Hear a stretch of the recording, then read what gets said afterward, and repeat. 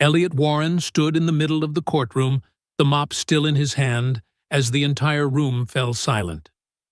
"I will protect her," he said, his voice trembling with a mixture of fear and resolve. His calloused fingers tightened around the mop handle as if it were the only thing keeping him upright. At the defendant's table, Ariana Lockhart, the billionaire whose own lawyer had just abandoned her, lifted her head and looked at him with utter disbelief. None of them knew that this simple moment would mark the beginning of the unraveling of one of the darkest conspiracies in American corporate history. Before we dive into this moving story of justice, courage, and rebirth, let me know where you're watching from in the comments. And if you believe that anyone, whether a proud billionaire or a quiet janitor, deserves to be treated fairly under the law, don't forget to like and subscribe. Stories about silent heroes like Elliot deserve to be told, and you won't want to miss them. Now, let's see what drove a forgotten legal genius to rise up against the very system that once crushed his life. But before everything began to shift, what do you think made Elliot, someone who had lost nearly everything, step out of the shadows at that exact moment? The autumn sunlight of New York filtered through the tall windows of the Manhattan Federal Courthouse, casting streaks of light across the marble floor that Elliot Warren had just finished cleaning. 5 in the morning, just like every day for the past 15 years, he was already here. A 45-year-old man with brown hair beginning to turn gray and deep brown eyes, dressed in a Navy maintenance uniform with the word maintenance embroidered on the chest pocket. The tiny apartment in Queens was still pitch black when he left at 4 a.m. The room had only a single bed, a small stove, and a bare wall adorned with just one photo, the wedding picture of him and Sarah, from 17 years ago before cancer took away the woman he loved. Beside it was a picture of their daughter Mia, now 20, and in her final year of college. Though in the frame she was only 5, smiling brightly in her mother's arms. Elliot didn't turn on the lights when he left home. Winter electricity bills were high, and with a salary of $2,800 a month, every penny mattered. Breakfast was just black coffee, toast, and food he packed from the courthouse's basement cafeteria, a small privilege for maintenance staff. That morning, as he pushed his cleaning cart down the third-floor hallway, Elliot paused in front of courtroom 302, what he considered the place of the biggest cases. And today, one of the most significant legal battles in New York history was set to begin. The lawsuit against Ariana Lockhart, the tech billionaire worth $14 billion. He didn't hear about the case from the news, he didn't own a TV, but from the nights he spent cleaning that very courtroom. He had seen the polished lawyers, heard the things they said when they believed no one was listening. To them, the janitor was just furniture, invisible, not worth noticing. But Elliot hadn't always been invisible. 15 years ago, he had been one of the rising stars at Whitfield & Associates, a prestigious law firm in Manhattan. He had a corner office overlooking Central Park, the reputation of never losing a major case, and a brilliant future until everything collapsed. He pushed the memories away. That was the past. Now, he mopped floors, polished benches, emptied trash, an honest job that paid the rent and allowed him to occasionally send a bit of money to Mia, even though she always refused to take it. As Elliot was about to leave the courtroom, his phone buzzed, a message from the supervisor. "Warren, room 302 needs to be cleaned again. VIP today." Elliot exhaled. VIP meant pressure, inspections, and countless opportunities to get yelled at for the smallest mistake. But as always, he didn't complain. By 9 a.m., the courtroom was packed. Reporters squeezed in, lawyers straightened their ties, keyboards clicked furiously. At the defense table, Ariana Lockhart sat alone. She was 38, but looked as if she carried the weight of the world on her shoulders. Her once sharp blue eyes were now clouded with exhaustion. Her Armani suit was flawless, yet her slightly hunched shoulders and tightly clasped hands betrayed the tension consuming her. Next to her were 6 empty chairs, The seats reserved for her legal team from Preston, Holloway and Schmidt, the most expensive firm in New York, charging $6,000 an hour. But they didn't show up. Elliot checked the clock. 9:15. The trial would begin in 15 minutes. Ariana kept calling, and each time she put the phone down, her face grew paler. And Elliot knew. They weren't coming. They had abandoned her. "All rise," the court officer announced. Judge Caroline Fisk entered. Stern, cold, experienced. She paused when her eyes landed on the empty chairs and asked, "Ms. Lockhart, where is your legal team?"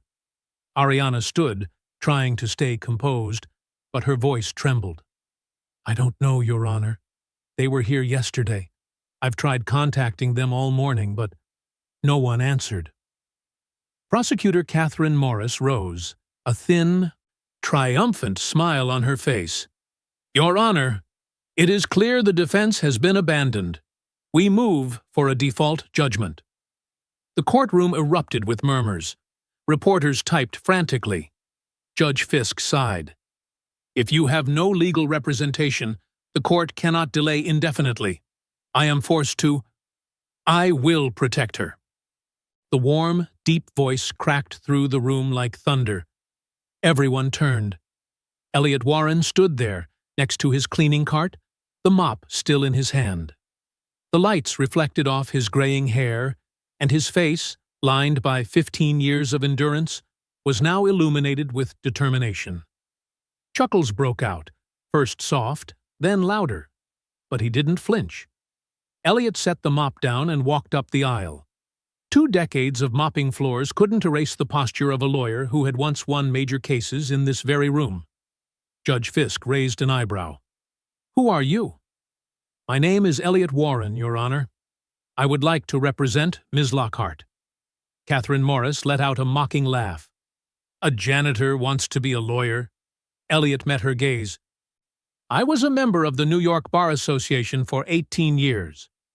A wave of whispers spread across the room. Elliot pulled out his worn wallet and produced his old license. Still valid. The judge examined it, her face paling slightly.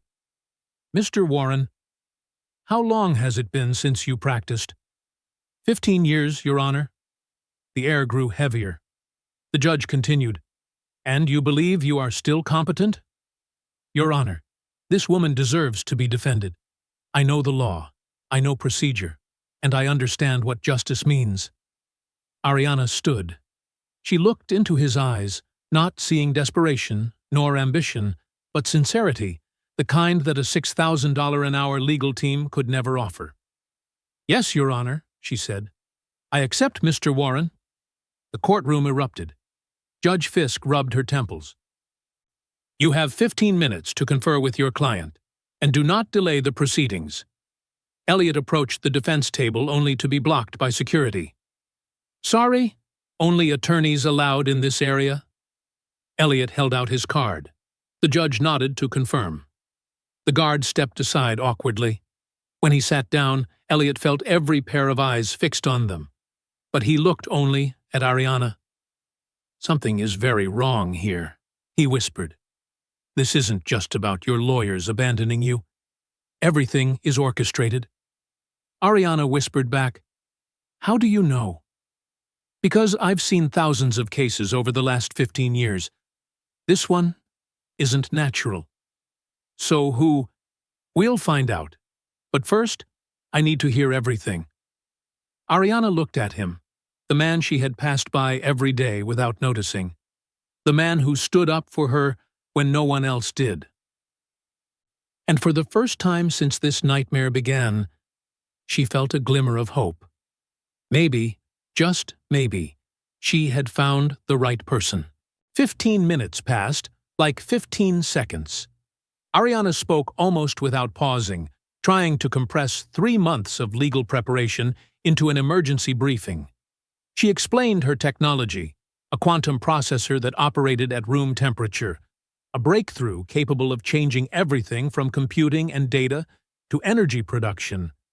She told him about Nexus Innovations, the company accusing her of stealing their technology.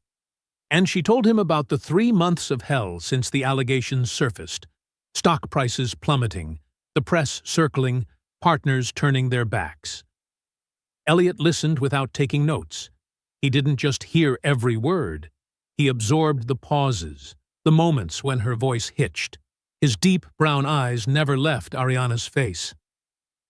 She realized he was doing more than listening to the content. He was reading her. The tension in her voice, the hesitation when mentioning certain details, and the absolute certainty when she spoke about the technology she had created. "Time's up," the clerk announced. Judge Fisk struck the gavel. "Mr. Warren, prepare for your opening statement." Elliot rose and walked to the podium.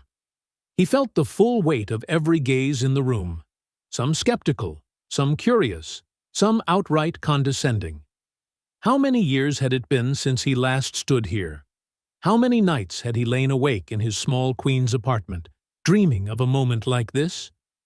Only to wake up again with a mop in his hand?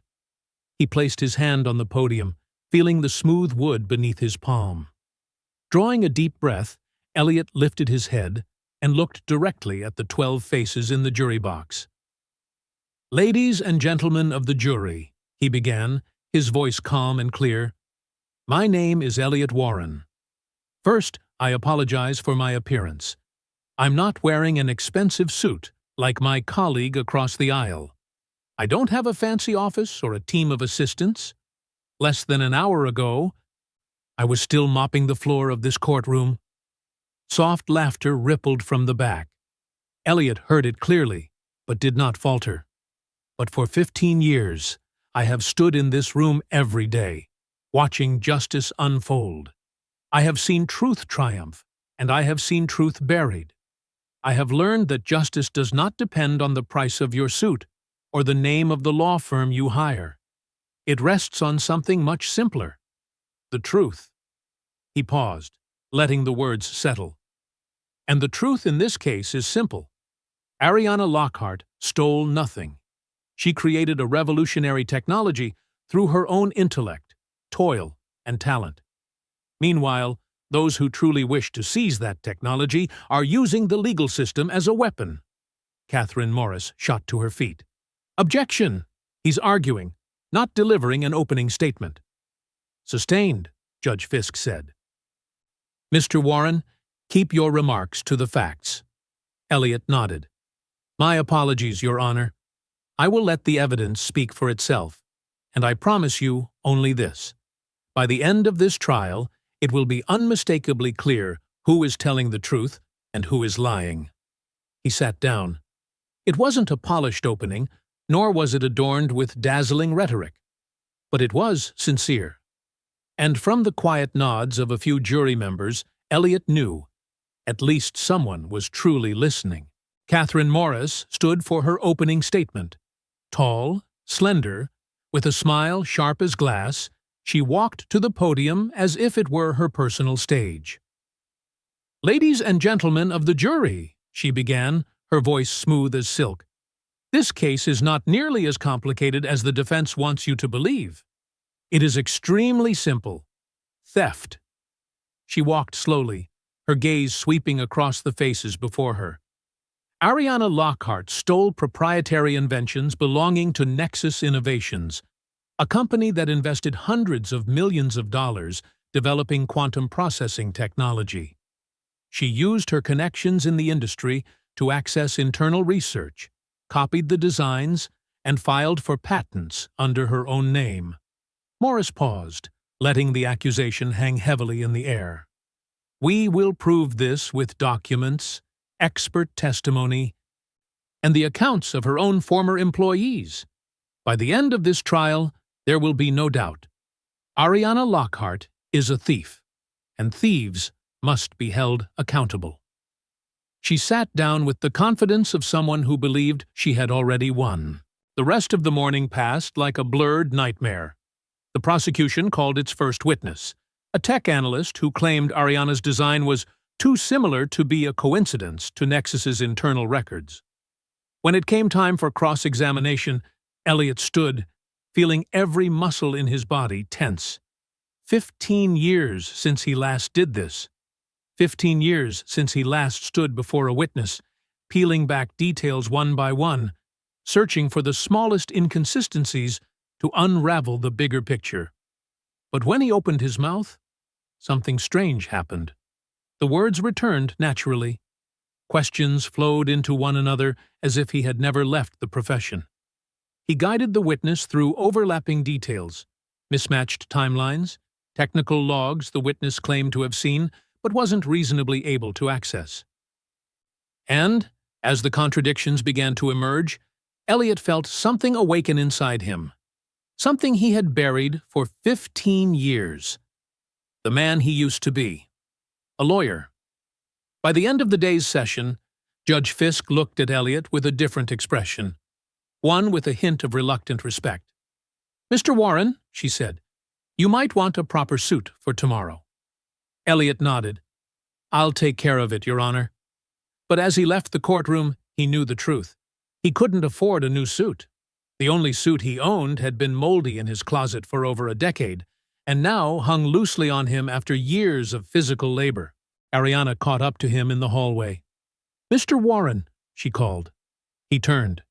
This time, he looked at her not as a high-profile client, not as a billionaire on magazine covers, but as a human being clinging to her final thread of hope. She was taller than he expected, carrying the confident posture that money could buy. But in those sharp blue eyes, fear was something money couldn't hide. "Thank you," she said softly. I don't know why you're doing all this, but thank you." Elliot shook his head. "Don't thank me yet. We've barely begun, and we need to talk seriously. I need to see every document related to this case, emails, notes, and schematics. If we're going to fight, I need to know everything." Ariana nodded. "Come to my place tonight. I keep everything there." "I can't," Elliot replied. "I have a work shift tonight." Ariana frowned. "A shift? But you're my lawyer." "And I'm also a janitor who needs to pay rent," Elliot said calmly. "The court isn't paying me to defend you, Ms. Lockhart. This is pro bono, free of charge, which means I need to work if I don't want to get fired." For the first time, Ariana truly felt the distance between her world and his.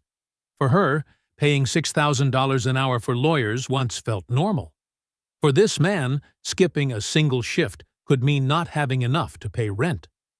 "I'll pay you," she said immediately. "No," Elliot answered, firm.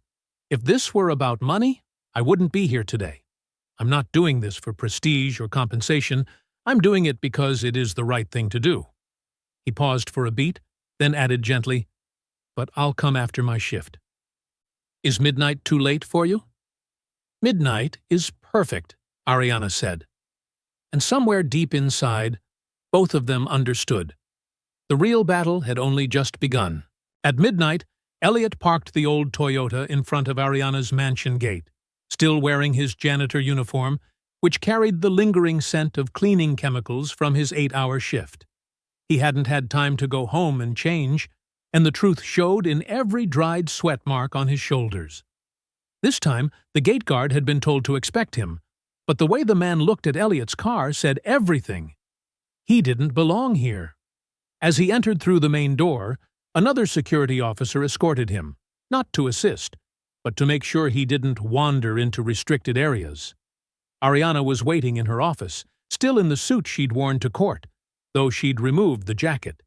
She looked exhausted in a way sleep couldn't fix. "Coffee?" she asked. This time, Elliot nodded. He needed the caffeine to stay alert. She poured him a cup from an espresso machine that cost more than his monthly rent. The flavor was rich, smooth, and unfamiliar compared to the instant coffee he drank every morning. "All right," Elliot set the cup down. "Tell me the real story. Not the version you told your lawyers, not the version for the media, the truth."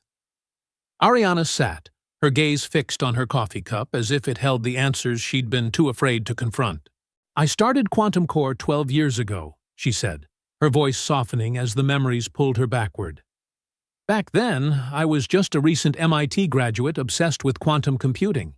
Everyone told me that stable quantum processing at room temperature was impossible. Qubits decay too quickly. They said only multi-million-dollar labs and extreme cooling systems could achieve anything close to that. Ariana's eyes lit up when she talked about her work. The first time Elliot saw the real woman beneath the armor of wealth and prestige. But I had an idea. What if instead of fighting the decay, we used it? What if the instability itself became part of the computation? She gave a small laugh, not sure whether it was pride or bitterness. They called me crazy. My professor told me I was wasting my time. But you proved them wrong, Elliot said. Ariana nodded lightly. 6 years working in a matchbox-sized apartment, living on student loans, no funding, no lab, just me and my laptop. She stood, opened a safe hidden behind a painting, and pulled out a thin folder. Here, she handed it to him. All my original research notes. Dated, notarized, everything.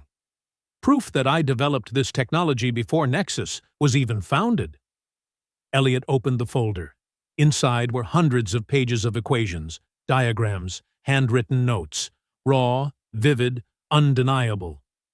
Why didn't your previous lawyers bring this up? He asked. They said it wasn't necessary, Ariana replied, exhaustion in her voice. They said they had a better strategy. Elliot snapped the folder shut, jaw tightening. Not introducing your most critical evidence isn't a strategy, it's sabotage. Ariana's face paled. I mean, your lawyers were paid to lose, Elliot said plainly. The only question now is, who paid them? They worked until 3 in the morning, going through every email, memo, and schematic. The deeper they dug, the clearer the pattern became. Crucial evidence ignored, key witnesses never called. Objections made at the wrong times. A defense strategy. Almost deliberately suicidal, Ariana's former legal team wasn't incompetent. They were actively sabotaging her. Is there anything you haven't told me? Elliot asked. Anything strange that's happened in the past few months? Ariana hesitated. There is one thing. Julia Fenwick, my assistant. She copied files onto a USB drive. Elliot narrowed his eyes. And you didn't question her? I trusted her.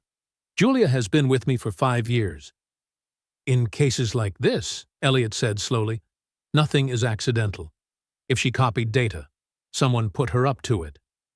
He looked at Ariana, his voice firm. Tomorrow, no matter what I say or ask in court, you must not react. No surprise, no correcting me.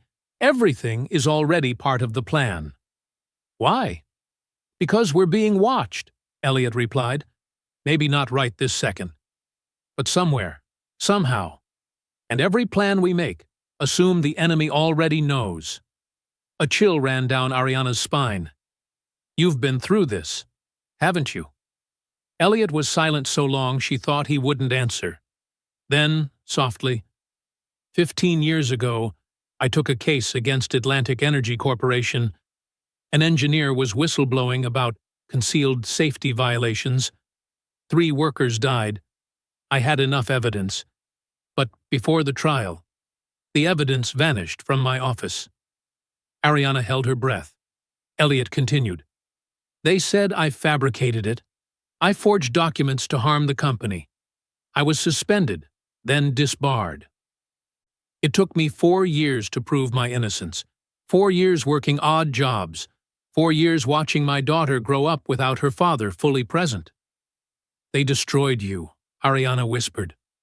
They tried, Elliot corrected, but they didn't take the one thing that mattered, my knowledge of the law.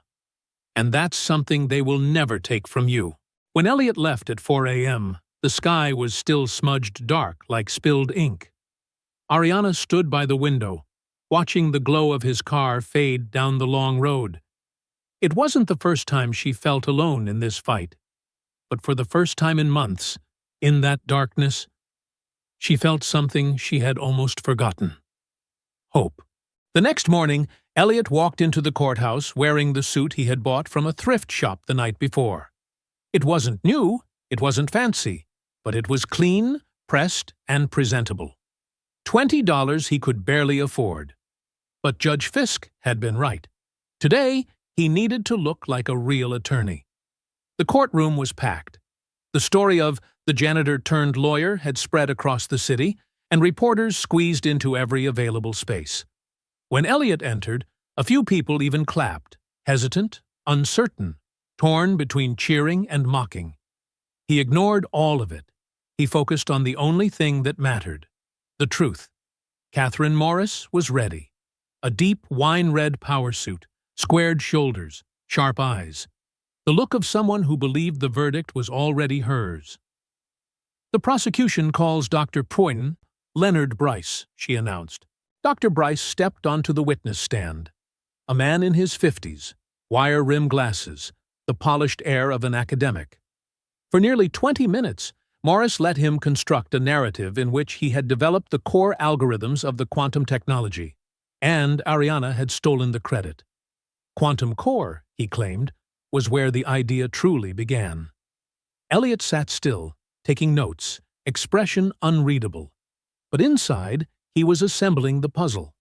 The timelines, the claims, the inconsistencies, and none of it aligned. When his turn came, Elliot rose slowly.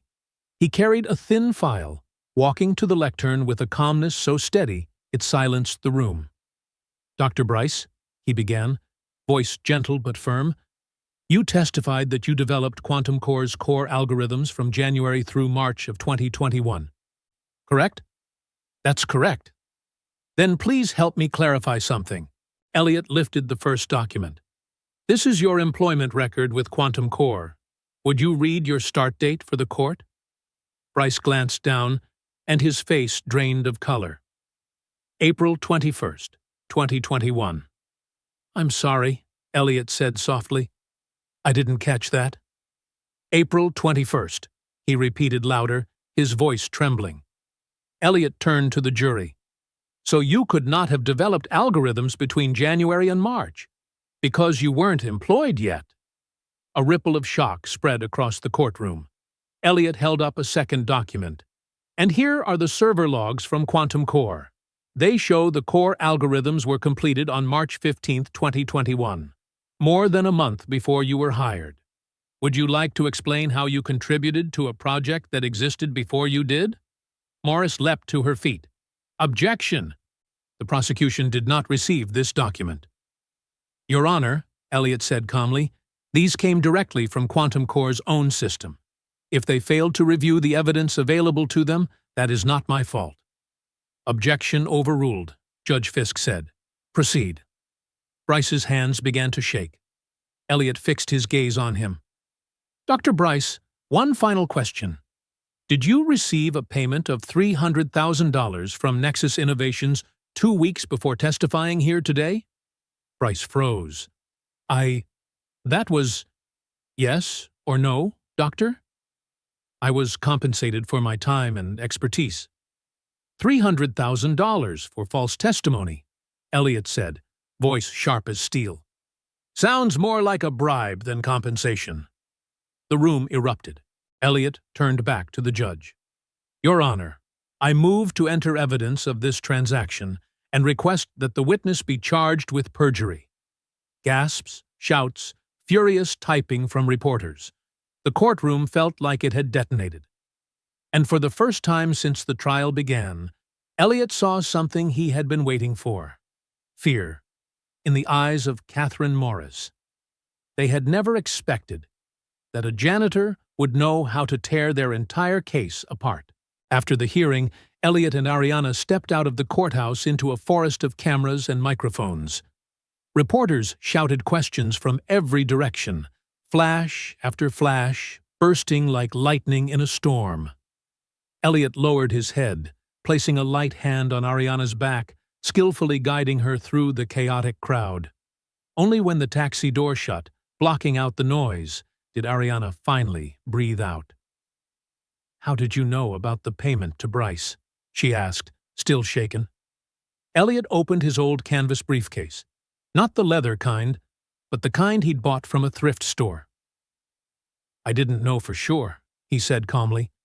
"But in cases like this, money always leaves a trail. I guessed." And the look in his eyes confirmed it. "You?" Bluffed? Ariana stared at him, genuinely surprised. Almost, Elliot shrugged lightly. But after I saw his reaction, I had someone double-check. He pulled out his phone and scrolled through his messages. My daughter, Mia. She works in digital marketing, but her ability to dig up information is remarkable. Ever since I told her about this case, she's been investigating. His phone buzzed. A new message from Mia. Dad, I found something big. Call me. Elliot looked up, turning to Ariana. We need to meet my daughter. Right now. An hour later, they sat in a small cafe in Queens, a space as foreign to Ariana as another planet. The cafe was cramped, plastic chairs squeaked, and the smell of cheap coffee mixed with old frying oil. But most importantly, it was private. No reporters, no cameras, no lawyers. Mia Warren walked in. Elliot stood up abruptly, awkward like a father, unsure whether he still had the right to hug his daughter. Mia resolved it first. She stepped forward and hugged him. A quick, slightly hesitant hug, but a real one. She was 20, with long brown hair and eyes like her father's.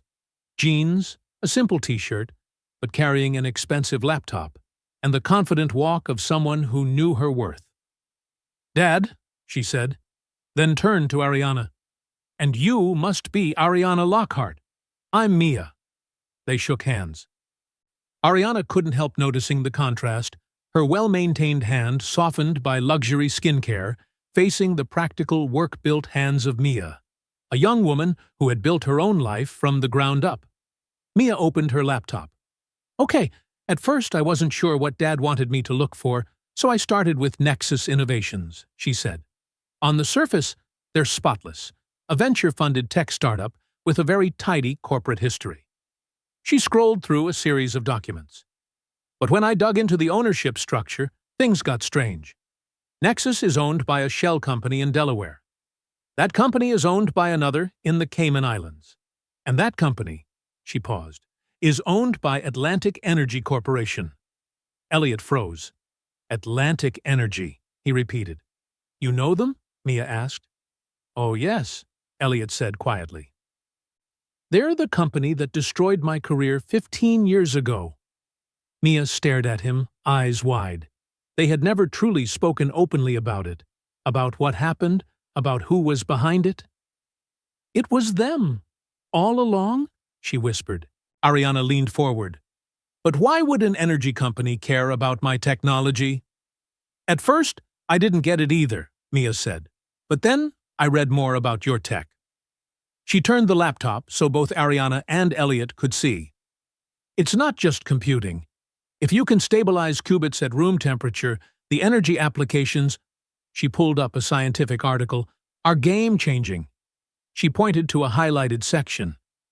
An MIT professor wrote that your technology could revolutionize energy storage and conversion. It could make fossil fuels obsolete within 20 years. 20 years, Ariana repeated, each word heavier than the last. And Atlantic Energy makes $28 billion a year from coal, oil, and gas, Mia finished. If your technology works as published, they don't just lose profit. They lose their entire empire. Elliot leaned back, as if the pieces had finally clicked into place. That's why they didn't try to buy you out or compete with you, he said slowly. They needed to erase you, erase your technology, erase your credibility. But more than that, Mia continued, I kept digging. Atlantic Energy has ties to 4 other major energy conglomerates, 2 defense contractors, and, she paused again, 3 sitting members of the Energy and Commerce Committee. Mia pulled up more documents, images of campaign contributions, fundraising dinners, lavish trips. They've built a network, and when your technology came into view, they activated that entire network. What about the lawyers? Ariana asked, her voice cracking. How did they? I'm still tracing it, Mia said. But the managing partner at Preston Holloway and Schmidt? He sits on the board of a subsidiary of Atlantic Energy. The information isn't easy to find, but it's there if you know where to dig. Elliot stood and began pacing the cramped cafe, his mind moving as fast as Mia's words. "So this isn't just a lawsuit," he said. "This is a coordinated campaign to clear the path for a trillion-dollar industry." "And they won't stop," Ariana said, fear now clearly visible in her eyes.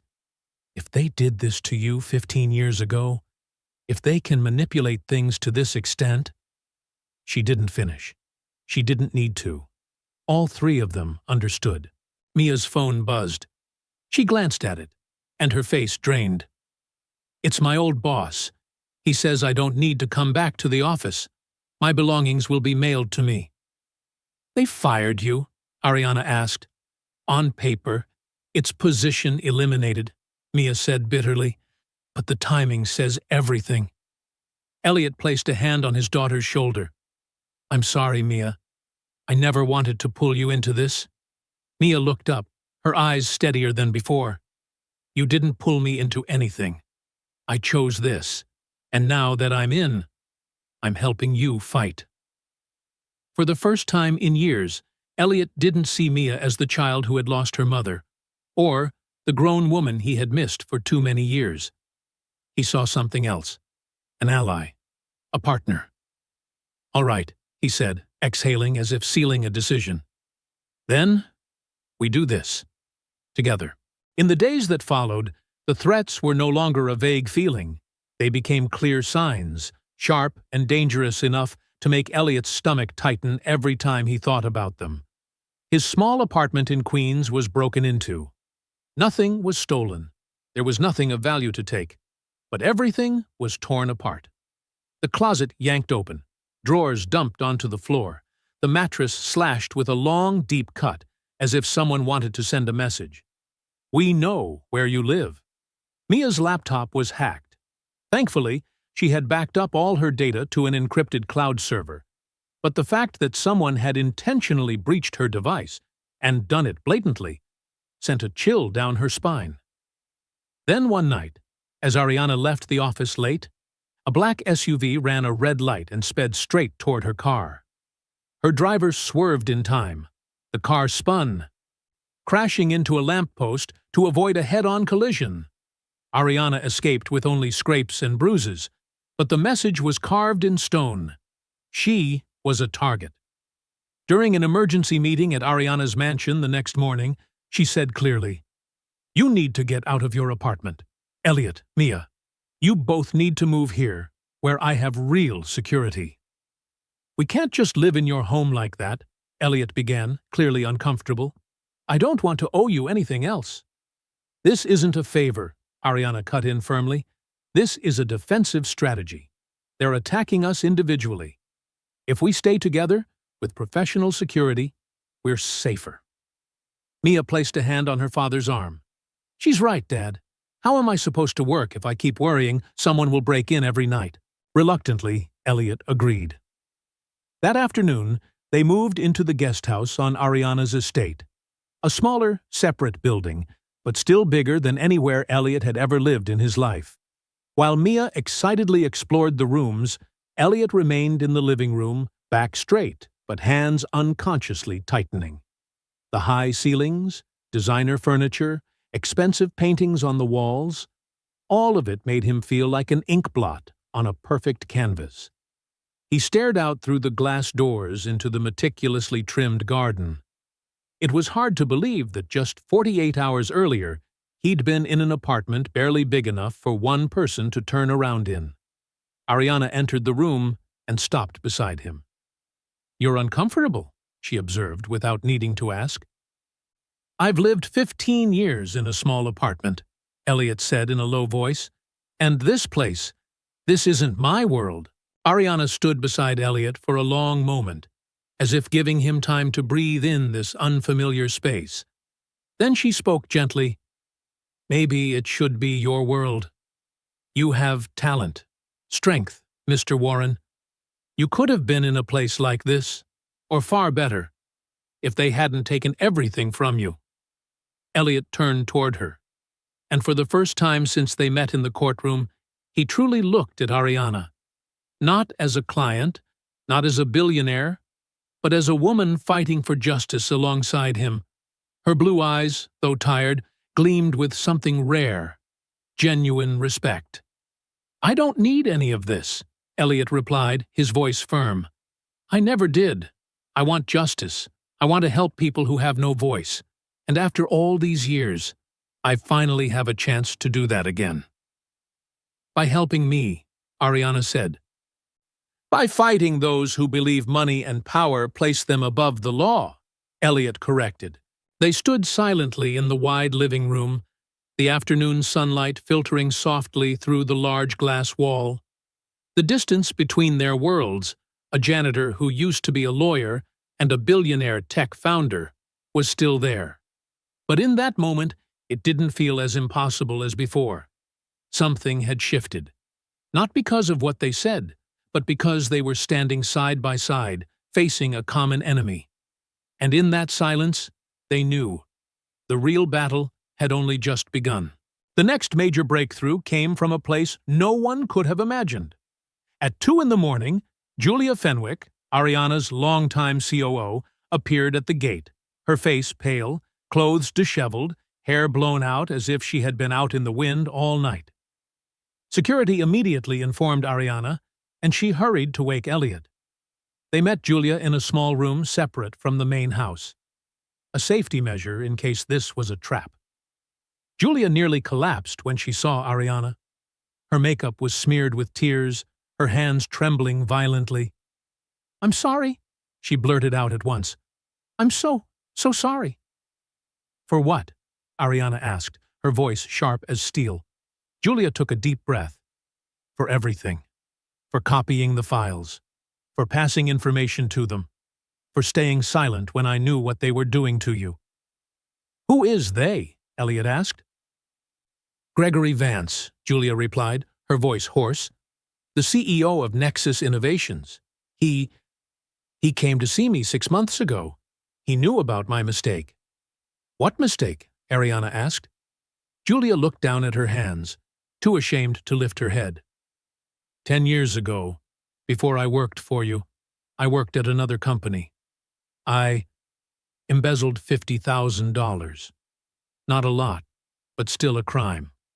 I paid the money back, and the company didn't call the police. I thought it was over." "But Vance found out," Elliot said. Julia nodded, tears spilling again. "He had documents, emails, bank statements, everything. He told me that if I didn't help him, he'd turn me in. I would go to prison." "So you chose to help him," Ariana said, her tone flat. "I copied the data. I told him your strategies. Julia choked up. "I even planted false information in some files to make it look like you accessed Nexus research." "Fabricated evidence," Elliot said darkly. "Exactly what they once did to me." "But why come here now?" Ariana asked, her gaze icy, but with a trace of pity. Julia pulled out a phone, not her own, but a high-end model completely out of place in her pocket. Elliot recognized it immediately. This wasn't Julia's personal phone. "Today," Julia said, her hands shaking, "I accidentally overheard Vance on the phone. He told someone about a permanent solution if the legal route failed." She swallowed hard. "They were talking about killing you, Ariana." The room suddenly felt freezing. "I know what I did was wrong. I know I betrayed you," Julia continued, voice breaking. "But I can't live with this, not with murder." She handed the phone to Elliot. "This is Vance's phone. I took it from his office. It has everything, messages, emails, and call recordings. The whole conspiracy." Elliot took the phone, feeling as if he were holding a grenade with the pin pulled. This could end the case. "Or end us," Mia said from the doorway. She had arrived without anyone noticing. "If they realize she took it." "They will know," Julia whispered. "Vance will search for the phone. By morning, if not sooner, he'll notice it's gone. That's why I came straight here." Ariana stared at Julia for a long moment. This woman had been by her side for 5 years, through stressful meetings, fundraising rounds, and sleepless nights.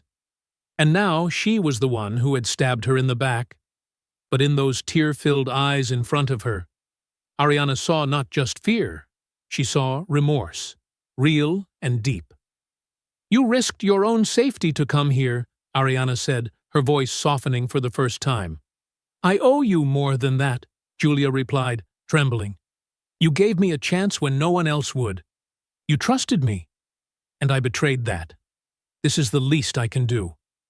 Elliot didn't hesitate. "We need to copy every piece of data on this phone immediately. Mia, can you do it?" "Give me 15 minutes, Mia said, already opening her laptop. While Mia worked, Elliot asked Julia, "You know they'll come looking for you, right?" Julia nodded. "I know. You need to disappear, at least until the case is over." "I have a sister in Canada," Julia said. "I can go there." "Go now. Don't go home. Don't pack. Go straight there." 20 minutes later, all the data had been safely backed up onto Mia's encrypted server. In the darkness, Julia left in a taxi, never looking back. Elliot watched the car until its taillights vanished, wondering whether they were right to trust her, and whether she would survive the night.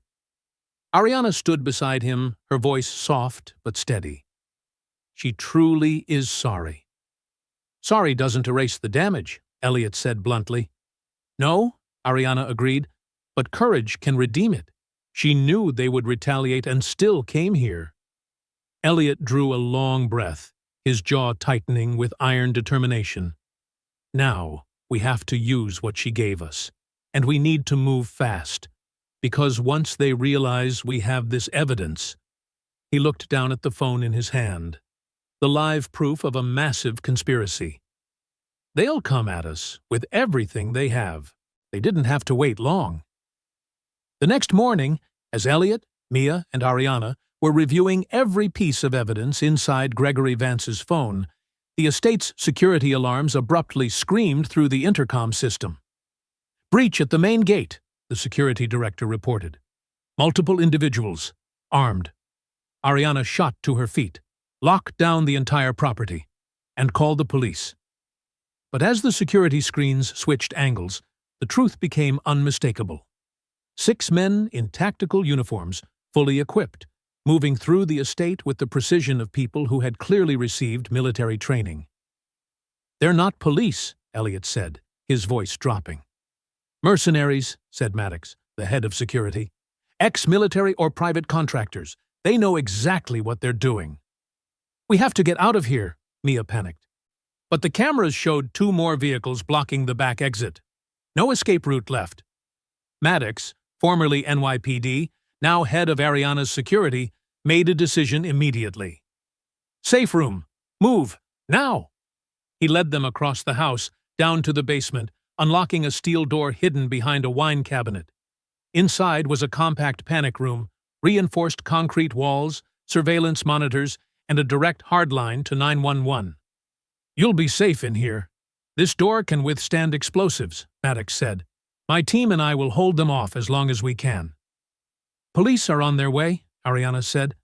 "Earliest arrival is 15 minutes, Maddox replied. "We only need to survive 15. The door shut behind them with a cold metallic clack. Inside the panic room, the 3 stared at the surveillance screens. The mercenaries moved like shadows, silent, methodical, each step calculated. Maddox and the 4 guards under him were already in defensive positions. "They're going to die," Mia whispered, her hands trembling. "Those men are outgunned and outnumbered." "Maddox knows how to fight," Ariana said, trying to sound steady, but her voice shook.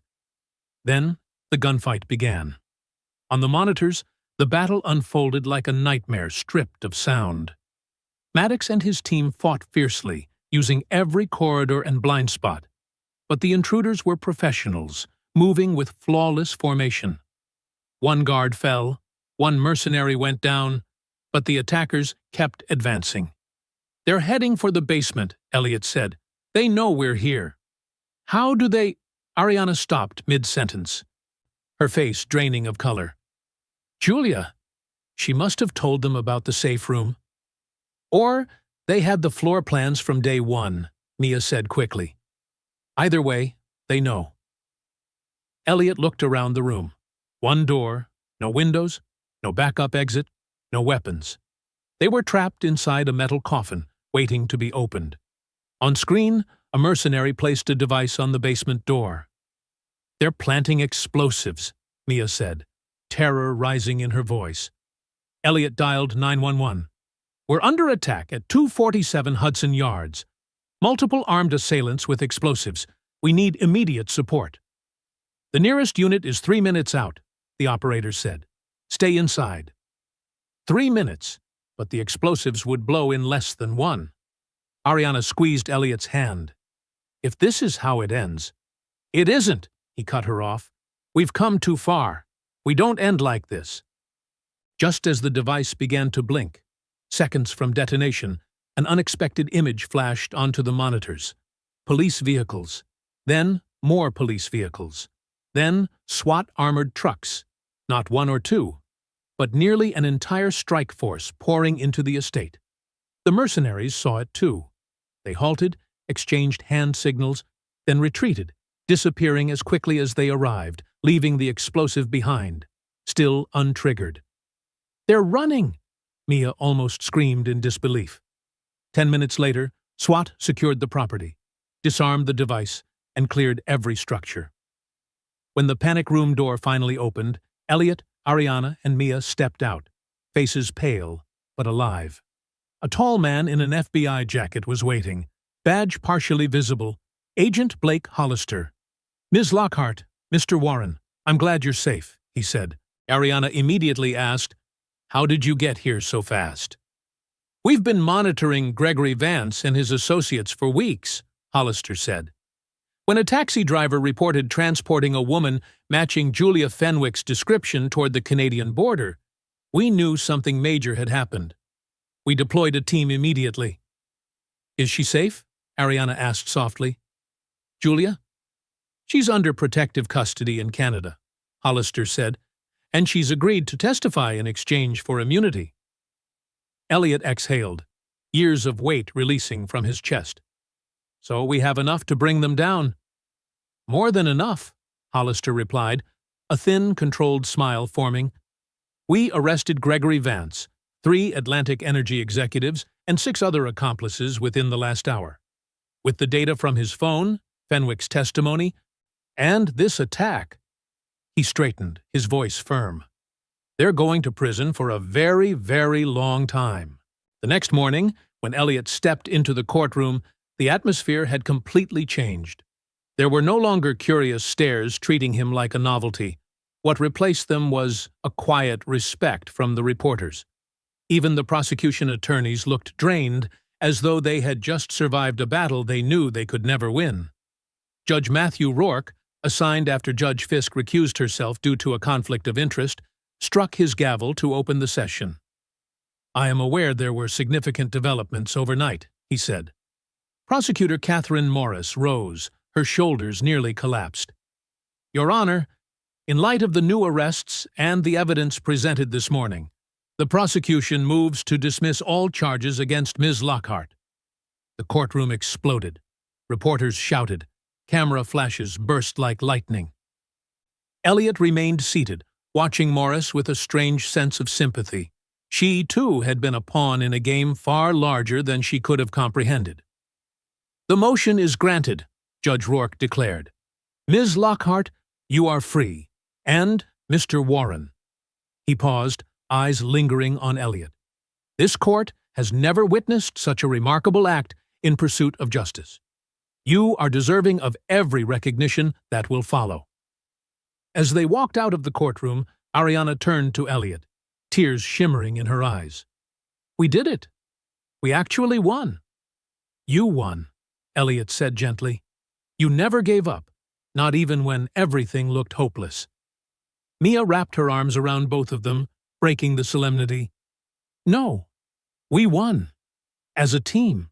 2 months later, Elliot stood outside a building on Fifth Avenue, looking up at the freshly mounted sign, "Warren and Warren Law, Anti-Discrimination and Civil Rights." Mia stood beside him, holding a brand-new law textbook. After everything she had witnessed, She had enrolled in law school, a decision born directly from the trial that changed their lives. "Do you think we can really run this place?" Mia asked. "We can," Elliot said. "We already have our first 3 clients. All of the people who were turned away because they couldn't afford an attorney." Mia smiled. "Thanks to the Lockhart Legal Justice Fund." Ariana had not only founded the fund with an initial $15 million contribution, she had rallied support from tech CEOs across the industry who had followed the trial closely. The fund would sponsor civil rights cases across America. As they entered the still-empty office, Elliot heard the sound of heels behind him. Ariana stood at the door, holding a bottle of champagne. "I thought we should celebrate a little," she said, her warm smile filling the bare room. Mia understood immediately. "I'll go look for some glasses. It might take a while." Then she slipped away, leaving Elliot and Ariana alone in the quiet office. They stood side by side in the unfinished room, wrapped in the peace that follows a storm. "I never properly thanked you," Ariana said softly, "for standing up that day, for believing in me when everyone else turned their backs." "There's nothing to thank," Elliot replied. "You gave me something I thought I had lost forever, a purpose." Over the past 2 months, through investigations, press conferences, and work for the foundation, something had shifted between them. It began as respect, then friendship. And now, standing here in the gentle afternoon light streaming through the windows, it had become something deeper. "Elliot," she said, calling him by his first name for the very first time. "I know we come from 2 different worlds. I know people will talk. But I've realized the only thing that truly matters." "What is it?" he asked quietly. "That the world doesn't matter. People's opinions don't matter. What matters is finding someone who understands you, stands beside you, and makes you a better version of yourself." She paused, then continued in a whisper. "And I've found that person." Elliot's heart stalled. Since Sarah died 15 years ago, he had never once allowed himself to love again. He buried the grief, buried the hope, buried the idea that he was worthy of another chance. But Ariana, who had seen past the janitor's uniform, past the scars, had broken through every wall. "I live a completely different life," Elliot said softly. "I have nothing but integrity," Ariana interrupted gently, "and courage, and kindness, and a heart that knows how to fight for what's right." She touched his hand. "I had money and success. What I didn't have was someone who saw me as a human being." Elliot looked down at their hands, one soft, one calloused. Different, yet fitting together with impossible ease. "Sarah was the love of my youth," he said. "I thought that part of my life was over." "But?" Ariana asked, her voice nearly a breath. "But maybe we are given more than one chance," he said, "if we're brave enough to take it." They stood there in a silence so gentle it felt like the world had paused outside. Then Elliot leaned in, slow, careful, tender. The kiss was a promise from 2 people who had been broken, had lost so much, yet still found the courage to hope again. Mia's voice suddenly echoed from the back room. "I can't find any glasses. We might have to buy some." Elliot and Ariana burst into laughter, the private moment dissolving into warm ease. "Come on," Ariana said, taking Elliot's hand. "Let's show your daughter her new office. And maybe tonight, the 3 of us can go out to dinner." "I'd like that," Elliot said. Before stepping out, he paused at the door, looking once more at the sign. Warren and Warren Law. A new beginning. A second chance. No, he corrected himself silently. A second life. Elliot Warren's story reminds us that it is never too late to begin again. That justice isn't measured by wealth or status, but by courage and the unshakable will to fight back. That heroes come in many forms, sometimes wearing cleaning gloves instead of a tailored suit. He shows us that failure is not the end, that betrayal can be overcome, and that even after the deepest losses, love can still find its way back. Most importantly, Elliot proves that every one of us has the power to stand up, to speak out, and to fight for what is right, no matter who tries to silence us. If you were in Elliot's place, what would you choose? A stable corporate job with a high salary? Or starting a new path to defend those who have no voice? Share your answer below. And if this story of perseverance and justice moved you, don't forget to like and subscribe so you won't miss the next extraordinary stories about ordinary people doing extraordinary things. And share this video with someone who needs a reminder that one person standing up for what's right can change the world. Thank you for watching. I will protect her. And remember, justice doesn't always wear an expensive suit, and love can bloom in the most unexpected places. Never give up hope. Never stop fighting. And never underestimate the power of one good person with the courage to stand tall.